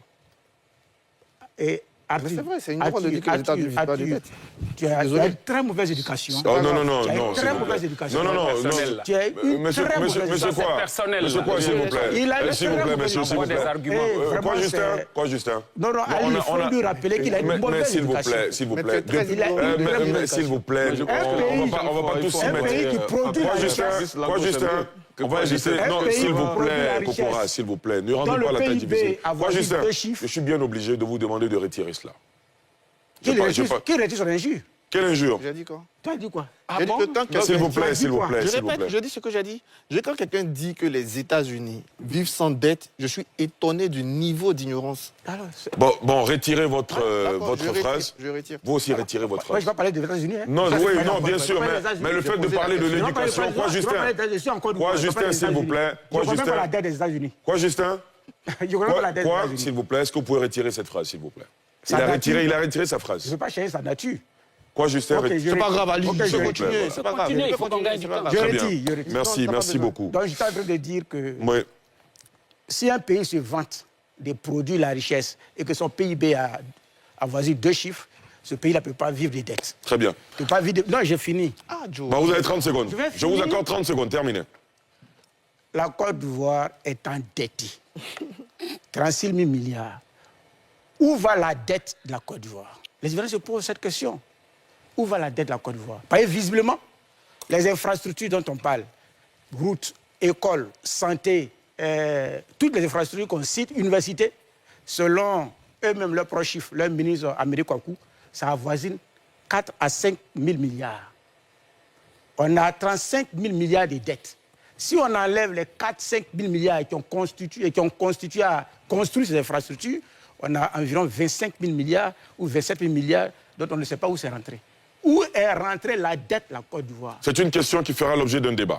Je vous le promets. Professeur Manga, on termine avec vous, Maître Ouattara. Parce que la question, c'est pourquoi le RAGP rattrape. Donc, je vais quand même dire 2-3 minutes, deux choses sur le budget. Quand quelqu'un s'endette, ça ne veut pas dire qu'il n'a pas d'argent. Je suis à Cubanga, je suis prof à l'université, je suis maître de conférence. Je veux m'acheter une voiture, bien je veux me construire une maison. Bon, acheter une voiture, j'ai envie de me faire plaisir. Je vais acheter une voiture de 20 à 25 millions. Je vais voir mon banquier. Pour qu'il me prête, d'abord, il va regarder mon revenu. Si mon revenu ne peut pas lui permettre d'acquérir les 25 millions, il va dire, avec votre revenu, voici ce qu'on peut vous prêter. Et bien, s'il a calculé mon revenu, il va me donner. Donc, on te donne crédit. C'est parce que ce que tu reçois, ce que tu as, te permet de payer ça. Et on te dit, comme tu ne peux pas payer tout d'un coup aujourd'hui, tu as 5 ans, mais avec ton revenu, tu vas pouvoir payer ça. Quelqu'un qui s'endette, ce n'est pas quelqu'un, dans une nation crédible, ce n'est pas quelqu'un qui est en déficit. Hein. C'est quelqu'un qui... Ali, ce qu'il ne dit pas... Non, mais on le laisse terminer d'abord. Non, mais quoi, Justin, on le laisse terminer, s'il vous plaît. Non, mais quoi, Justin, s'il vous plaît. Quoi, laissez-le terminer, et puis vous allez réagir. Professeur Banga, terminé. Oui, terminé. Mais quoi, vous n'allez pas l'interrompre, s'il vous plaît. Non, s'il vous plaît. Je ne veux pas me donner. S'il vous plaît. Quoi, Justin, s'il vous plaît. Professeur Banga, terminé. Donc, il faut arrêter de dire que quelqu'un qui va s'endetter, quelqu'un qui prend du crédit, n'a pas de ressources. C'est tes ressources même qui fait qu'on te donne crédit. Ali qui est plus riche que moi, je rigole, je ne sais pas. Si on va tous les deux chez le banquier, le banquier va lui prêter plus d'argent que moi parce qu'il est plus riche que moi. Donc si on prête à la Côte d'Ivoire, c'est parce qu'elle crée la confiance au marché. C'est parce que les marchés, ils analysent, ils disent ce pays-là, voici la stabilité qu'il a, voici la paix qu'il a, voici les transformations qu'il fait. Et donc tout ça nous permet de lui faire confiance. C'est pour ça que la confiance dans l'économie est capitale à prêter, mais ça on doit le savoir. Bon, ensuite, l'ignorance, je t'ai demandé, comme il dit qu'un pays qui a une croissance de chiffres bien qui est riche ne prend pas de dette, je dis, regarde les États-Unis, regarde la France, c'est les plus riches. D'ailleurs, là-dedans, je dis, très bien, on ne prête qu'aux riches. Donc, une fois que ça s'est dit, la souveraineté, bon, je n'ai pas parlé de la souveraineté, pas revenu dessus. Revenons sur le RHDPI. Vous avez une minute.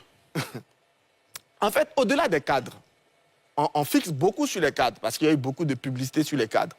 Bon, un cadre, c'est normal. Il veut être dans un environnement politique dans lequel il va avoir des idées, il va pouvoir les écouter, il va pouvoir les exécuter. Si son parti politique prépare la défaite, parce que le RHDP aujourd'hui est le parti qui se donne plus de moyens de gagner l'élection. Si j'ai envie de gagner, mais pourquoi vous voulez que je reste dans un parti quand je sais qu'on est en train de préparer la défaite? Mais quand je dis allons au-delà des cadres, Parce que les cadres vont entendre, ils sont vendus. Mais regardez l'évolution, la dynamique électorale du RHDP. Donnez-moi n'importe quelle région de Côte d'Ivoire. N'importe quel au Grand Pont. Dans les Grands Ponts, en 2010, le RHDP ne peut pas parler, mais vous ont battu, ils t'ont battu, toi. 30 secondes. Ça veut dire qu'ils ont progressé. On va prendre, même quand ils perdent, dans le bélier, le RHDP a perdu. Mais ils ont multiplié les voix par 2. Le Haut-Sassandra à Lago Fabrice n'est pas là. La fin de campagne de Haut-Sassandra, elle a été battue par le RHDP. En 2018, au régional, ils avaient 53 000 voix. Le RHDP avait 37 000 voix. En 2023, là, ils ont maintenu les 53 000 voix. Le RHDP a eu 78 000 voix. Je suis bien obligé de... dynamique, Ali, je termine dessus. Je suis bien obligé de vous interrompre. Qui va même au-delà des cadres. C'est pour ça que chaque jour, je dis aux autres, si vous ne vous réveillez pas, vous allez être surpris. Parce que le RHDP progresse et tout le monde, tout cadre, a envie d'être dans un parti. On vous a entendu. Lui permet de gagner. On vous a entendu. Et aujourd'hui, c'est celui qui attire le plus. Maître Touraga. Je peux répondre. Maître Touraga. Alors, on a parlé de mercato politique au RHDP. C'est quoi un mercato? En italien, ça veut dire marché. Dans un marché, on vient acheter une marchandise. Donc, vous l'avez dit à propos, c'est vous qui avez proposé ce thème. Certainement parce que, justement, ce qui se passe aujourd'hui donne l'impression que nous sommes à un marché où on vient acheter. En tout cas, nous, ce n'est pas l'idée derrière. L'idée derrière, c'est l'idée du mercato. Merci. S'il vous plaît, en termes de transfert de joueurs, je l'ai bien compris. Par exemple, de la SEC Mimosa à l'Africa, quoique ce n'est pas le bon exemple. En général, un joueur vient de l'Africa vers la SEC. Voilà, donc c'était juste pour préciser l'esprit et la lettre derrière cette formulation. Oui, non, il n'y a pas de problème. Poursuivez. Mais je veux dire, j'aurais bien voulu que nos amis du RHDP, à ce niveau-là, fassent la précision. Mais ils ne l'ont pas fait parce que même dans leur subconscient... Laquelle précision? S'il vous plaît, on va pas que nous ne sommes pas dans un mercato et que c'est tout simplement des personnes qui viennent adhérer. Mais ils ne l'ont pas dit parce que même dans leur subconscient, ils savent qu'on vient acheter. Et ceux qui ont proposé ce thème, c'est justement au regard de ce que certaines personnes qui ont adhéré ont dit. Quand on dit « je veux aller au restaurant pour avoir des plats variés », quand on dit « je ne veux pas être opposant jusqu'à 70 ans », mais on veut aller bénéficier donc... On est en politique. Non. Mais c'est ce que ces recrues-là disent. Ça veut dire que ce sont leurs motivations. Donc leurs motivations n'ont rien à voir avec la politique. C'est tout à fait mercantile, c'est tout à fait matériel, alors que nous parlons de politique. Monsieur Diarra-Souba, moi j'ai mal au cœur. Moi j'ai mal au cœur parce que la Côte d'Ivoire descend bien bas. Les gens n'ont plus honte de dire qu'ils viennent à la politique pour manger. Là où on vient exprimer ses convictions, là où on vient exprimer des valeurs, mais on n'a plus honte. Et les restaurateurs en face ouvrent les bras et ils accueillent tous ceux qui viennent aussi au restaurant. Monsieur Diarra-Souba, mais tous ceux qui viennent au restaurant aujourd'hui, mais ils ne savent pas que le RHDP, le RDR, mais c'est un parcours. Le président Ouad, c'est à 74 ans qu'il est devenu président. Il a commencé en 1973-1974. C'est en 2000 qu'il est devenu président. C'est pas le RDR qui est devenu RHDP. Non, Ali. Non, c'est pas le RDR qui est devenu RHDP. On ne peut pas laisser ça prospérer. Vous ne m'avez pas compris, c'est pas le RDR qui est devenu RHDP. Monsieur le maire. Il faut écouter. Monsieur le maire. Monsieur le maire. Si vous avez un rectificatif à apporter, le principe... Ali, vous avez dit que le tout était fini. Oui, mais donc ce n'est pas une occasion aussi de se confier. Voilà. Ce que je dis, c'est que toutes ces personnes, même le RDR, avec le président Ouattara, le président Gbagbo, c'est des gens qui ont attendu leur temps, qui n'ont pas été impatients. Donc tous ceux qui envient aujourd'hui ces cadres qui sont au RHDP et qui se disent oui, on va aller manger. Ils ne vous ont pas dit ça. J'y arrive. Il y en a qui disent qu'ils vont au restaurant. C'est justement parce qu'ils vont manger. On ne va pas au restaurant pour faire autre chose que manger. Vous estimez que quand on fait de la politique, il faut être suffisamment résilient et faire son parcours pour atteindre les sommets si le destin le permet. Merci beaucoup, messieurs. Alors, on va attribuer les cartons de la semaine juste après cette courte. Je pense que ce trophée fait sur ce plateau. Je vous en dirai plus après avoir donné la parole à mes invités pour attribuer les cartons de la semaine. Coco Ranzi, on commence avec vous, vos cartons. Alors, au pas de course, s'il vous plaît. On n'aura pas le temps de développer les cartons. Une ou deux phrases et ça suffit. Voilà, non, je voudrais donner ce carton au président ivoirien, le président Ouattara et son gouvernement pour toute la transformation structurelle qu'il a apportée à l'État à la Côte d'Ivoire. Tous les indicateurs sont ouverts. le taux de pauvreté, quand nos amis refondateurs partaient, c'était de 55,4%. Aujourd'hui, on est passé à 37%. Comme on l'a dit tout à l'heure, le budget de l'État de Côte d'Ivoire, il me connaît gravement le budget, comment il se monte, mais il faut qu'il comprenne qu'il y a un déficit budgétaire pour tous les pays. Très bien. La norme au niveau de l'UEMOA, c'est 3%. Donc vraiment, je voudrais féliciter le gouvernement ivoirien, le président Ouattara, pour tout ce boulot qu'il a accompli en 15 années. La Côte d'Ivoire a été transformée. Carton rouge pour qui? Le carton rouge, c'est pour l'opposition. Et vraiment, c'est pour attirer leur attention, pour leur dire la Côte d'Ivoire n'a plus besoin de crise. Nous nous sommes donné des lois, des mécanismes, des procédures.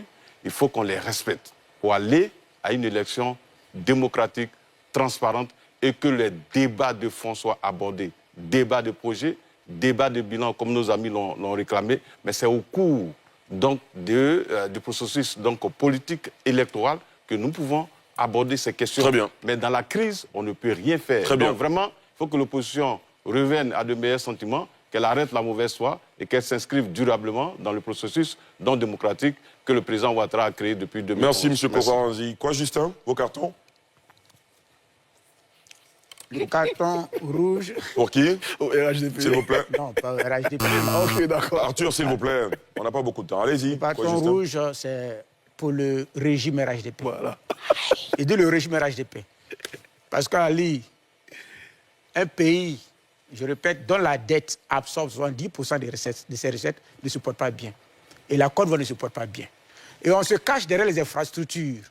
On cite les écoles construites, les centres de santé. Mais derrière ces infrastructures se trouve la misère du peuple. C'est votre seul carton? La pauvreté du peuple. Deuxième carton rouge, j'ai été à Issia. J'ai été à Issia, c'est ma ville natale. Je suis né à Issia, j'ai grandi à Issia, j'ai grandi à Issia.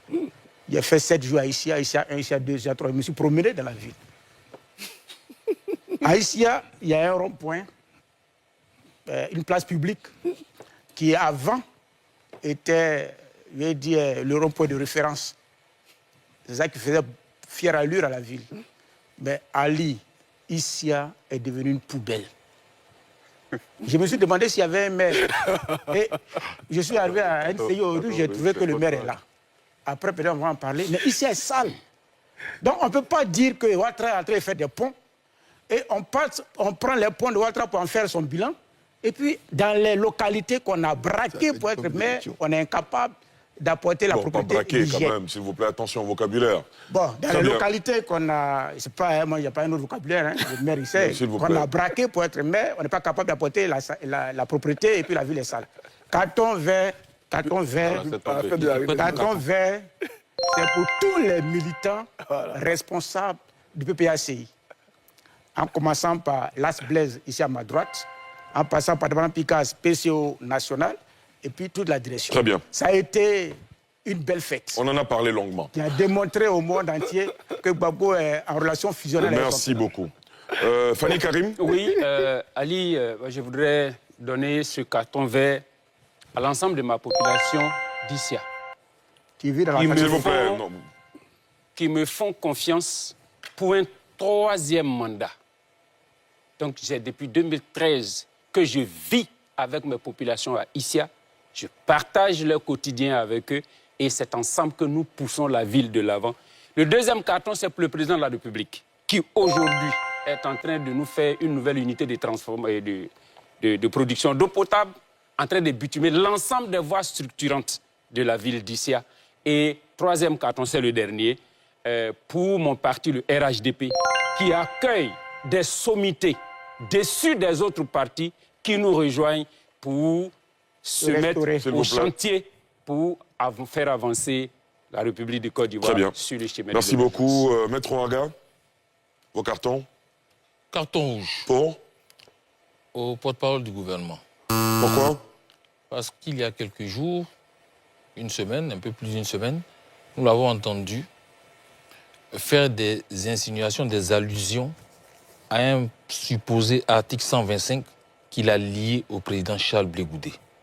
Nous pensons que c'est un fait qui a été jugé, qui a été porté à la connaissance de la Cour pénale internationale et à aucun moment, les 82 témoins que l'État de Côte d'Ivoire a fait défiler à la Cour pénale internationale, aucun n'a pu rapporter la preuve que cet article 125 était lié d'une manière ou d'une autre au président Charles Blé Goudé. Nous pensons que le ministre de la Communication, porte-parole du gouvernement, a une responsabilité qui est très grande. Il parle au nom de notre gouvernement. Il faut qu'il ait des propos qui apaisent. Deuxième carton rouge à l'artiste Alpha Blondy, au grand frère. Nous pensons qu'il faut qu'il se contente, qu'il se concentre sur la musique et non pas parler des choses qu'il ne maîtrise pas. Il a dit qu'il avait intervenu d'une manière ou d'une autre dans le procès, dans la procédure judiciaire contre le président Charles Blé Goudé. Ce n'est pas vrai. Ce sont des avocats qui ont veillé, qui ont travaillé sur des milliers et des milliers de documents. Je sais ce que c'est.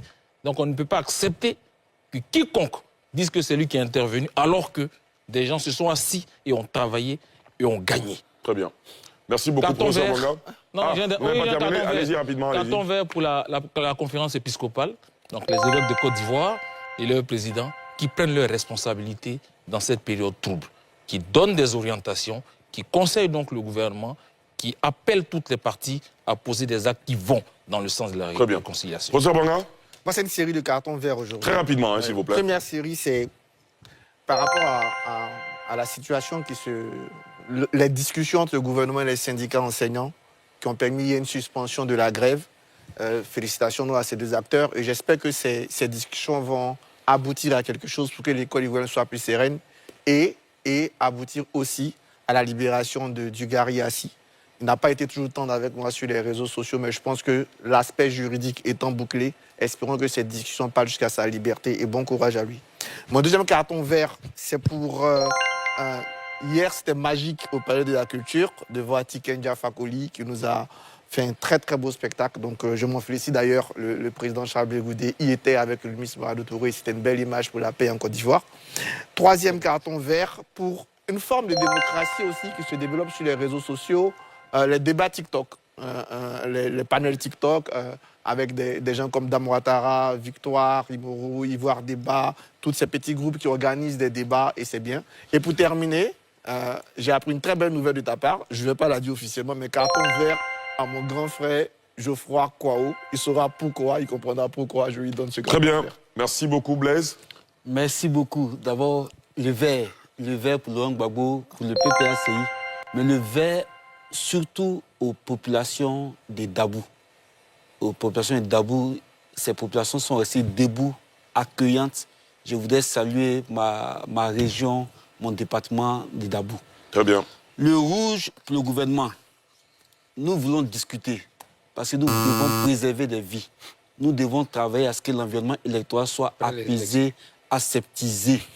On peut gagner dans la vertu et dans l'éthique. Nous voudrons que les élections se passent selon des normes qui soient acceptées par tous. Très bien. Le rouge encore pour le gouvernement parce que le porte-parole du gouvernement traitant le président Thiam de prétentieux, ça ne se fait pas. Il faut être respectueux, il faut avoir de la mesure. Tu es aujourd'hui au pouvoir, tu peux ne pas l'être demain. Il n'y a pas de pouvoir éternel. Donc quand tu es au pouvoir, il faut savoir parler, il faut savoir te comporter. Merci beaucoup Blaise Lasme, merci beaucoup. Et moi également une série de cartons verts, le premier pour NCI.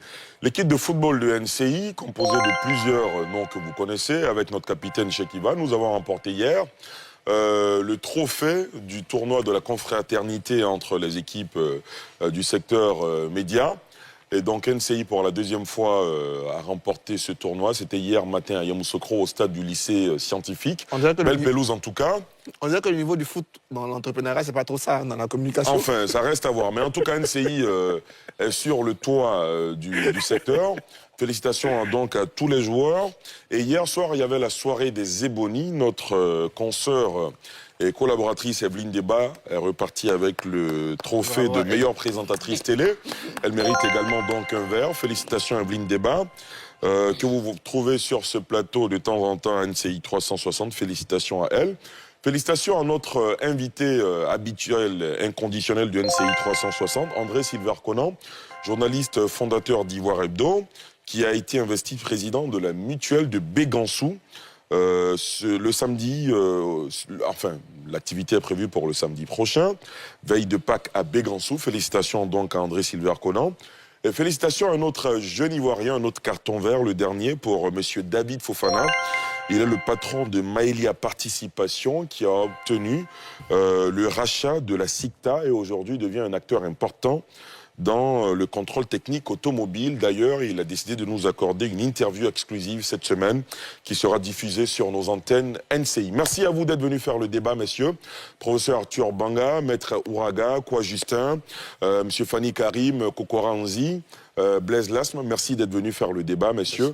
Merci à vous, chers téléspectateurs et internautes, de nous avoir suivis depuis le début jusqu'à cet instant.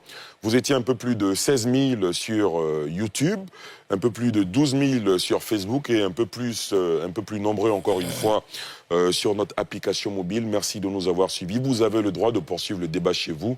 Moi, je vous donne rendez-vous dimanche prochain pour un autre numéro de NCI 360. Je vous souhaite de passer une excellente soirée sur la nouvelle chaîne ivoirienne.